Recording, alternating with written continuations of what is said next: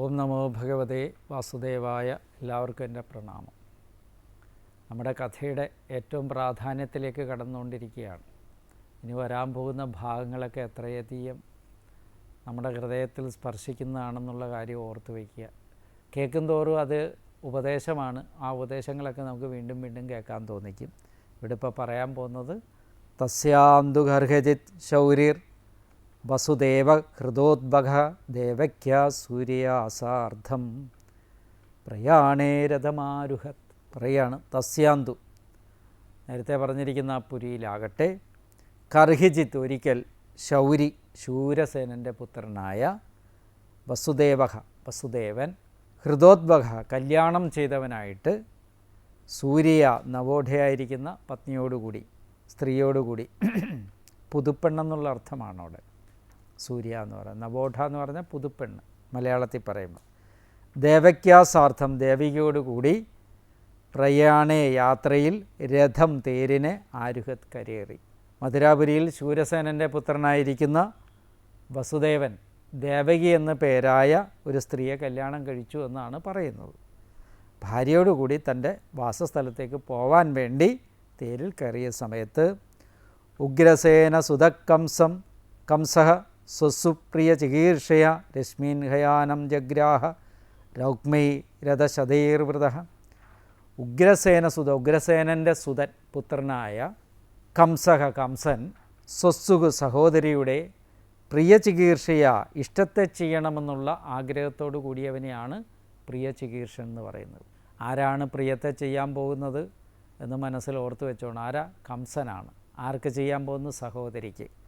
അപ്പോൾ പ്രിയ ഇഷ്ടത്തെ ചെയ്യണമെന്നുള്ള താല്പര്യത്തോടു കൂടിയ കംസൻ രൗക്മി സ്വർണമയങ്ങളായ രഥശതൈഹി അനേകം തേരുകളാൽ വൃതഃ ചുറ്റപ്പെട്ടവനായിട്ട് ഹയാനം കുതിരകളുടെ രശ്മീൻ കടിഞ്ഞാണുകളെ ജഗ്രാഹ പിടിച്ചു.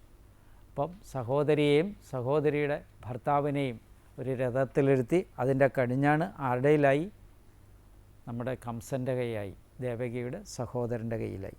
ചതുശതം പാരിബർഘം ഗജാനാം ഹേമമാലിനാം അശ്വാനാമയുധം സാർദ്ധം രഥാനാം ച തൃഷ്ടശതം.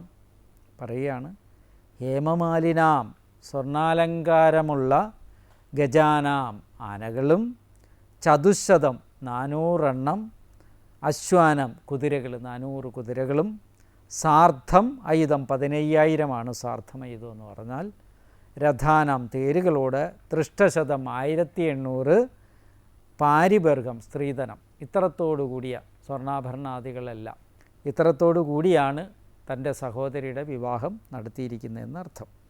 ഇതിനർത്ഥം കുറച്ചൊക്കെ വർണ്ണിക്കുന്നുണ്ട് അന്ന് കൊടുത്തിരിക്കുന്ന എന്തൊക്കെ കാര്യങ്ങളെന്നുള്ളത്. പതി പ്രഗ്രഹിണം കംസം ആഭാഷ്യം ആഹ ശരീരവാക് അസ്യാത്വാം അഷ്ടമോ ഗർഭോ ഹന്തായാം വഹസേ ബുധ. പറയുകയാണ്, പതി പന്താവിൽ മാർഗത്തിൽ പ്രഗ്രഹിണം കടിഞ്ഞാൻ പിടിച്ചിരിക്കുന്ന കംസനെ ആഭാഷ്യ സംബോധന ചെയ്തിട്ട് അശരീരവാക്ക് ആകാശവാണി, അതാണ് അശരീരവാക്ക്. ആഹ പറഞ്ഞു. രഥത്തിൽ കയറി ഇവർ യാത്ര ചെയ്യുന്ന സമയത്ത് ആകാശത്തിൽ നിന്നൊരു അശരീരവാണി ഉണ്ടായി. അബുധ അറിവില്ലാത്തവനെ, എടാ ബോധമില്ലാത്തവനെ, യാം ഏതൊരുത്തിയെ വഹസെ നീ വഹിക്കുന്നോ, അസ്യ ഇവളുടെ, അഷ്ടമഹ 8ാമത്തെ ഗർഭം പുത്രൻ, ത്വാം നിന്നെ, ഹന്ത ഹനിക്കും, നിന്നെ കൊല്ലും, 8ാമത്തെ പുത്രൻ നിന്നെ കൊല്ലുമെന്ന് അശരീരവാക്കുണ്ടായി. ഇത്യുക്ത സകലപ്പാവോ ഭോജാനാം കുലപാംസന ഭഗിനീം ഹന്തുമാരപ്ത ഖഡ്ഗപാണി കജോഗ്രഹീത്. ഇപ്രകാരം പറയപ്പെട്ടവനും ഭോജന്മാരുടെ കുലപാംസന വംശത്തെ ദുഷിപ്പിക്കുന്നവനും ദുഷ്ടകർമ്മങ്ങളെ നടത്തുന്നവനും ഖലഹ ദയയില്ലാത്തവനും ദയാഹീനനുമായ സാവൻ ഖഡ്ഗപാണി വാൾ കയ്യിലെടുത്തുകൊണ്ട് എന്തു ചെയ്തു? ഭഗിനിയും സഹോദരിയെ ഹന്തും ഹനിപ്പാനായിക്കൊണ്ട് കൊല്ലുന്നതിനായിക്കൊണ്ട് ആരംഭിച്ചവനായിട്ട് ഖജേ കേശപാശത്തിൽ അഗ്രഹീത് പിടിച്ചു. സഹോദരിയായിരിക്കുന്ന ദേവകിയുടെ മുടിയിൽ കുത്തിപ്പിടിച്ചുകൊണ്ട് തൻ്റെ വാളൂരി കൊല്ലുവാനായിട്ട് ഒരുങ്ങി എന്നാണ് സാരാംശം. അപ്പോൾ ഇത്രയും കൊണ്ട് നോക്കുക. നേരത്തെ രഥം ഓടിക്കാൻ തയ്യാറെടുത്ത ആളാണ്. തൻ്റെ സഹോദരിയെയും സഹോദരി ഭർത്താവിനെയും രക്ഷിക്കുക എന്നുള്ള ദൗത്യത്തോടു കൂടി തയ്യാറെടുത്ത ആളാണ്. ആ ആളാണ് പെട്ടെന്ന് തന്നെ എന്ത് ചെയ്തിരിക്കുന്ന അശരീര വാക്ക് കേട്ടിട്ട് മുടിയെ കുത്തിപ്പിടിച്ച് രഥത്തിൽ നിന്ന് താഴെ വലിച്ചിട്ട് വെട്ടാനായിട്ട് വാളൊങ്ങി നിൽക്കുകയാണ്.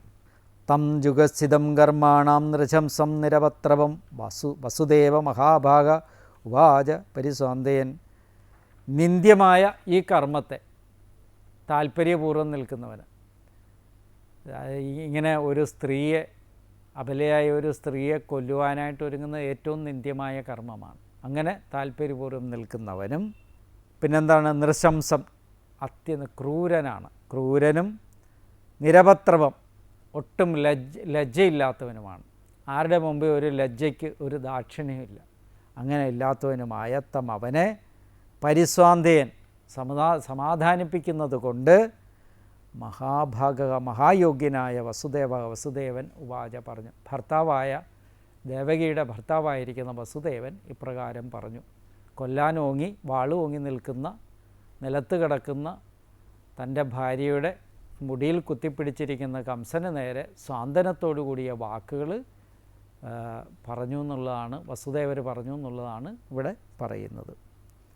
വസുദേവ വാച എന്ന് തുടങ്ങുന്നതാണ് അടുത്ത ശ്ലോകങ്ങൾ. വളരെ സ്പഷ്ടമായിട്ട് ഇവിടുത്തെ ഓരോ കാര്യങ്ങളും നമുക്ക് ഗ്രഹിക്കേണ്ടതുണ്ട്. ഏതൊക്കെ കാര്യങ്ങളാണ് വസുദേവർ കംസൻ്റെ മുമ്പിൽ അവതരിപ്പിക്കുന്നതെന്ന് നമ്മളൊന്ന് ആലോചിച്ച് നോക്കണം. എല്ലാവർക്കും എൻ്റെ നമസ്കാരം.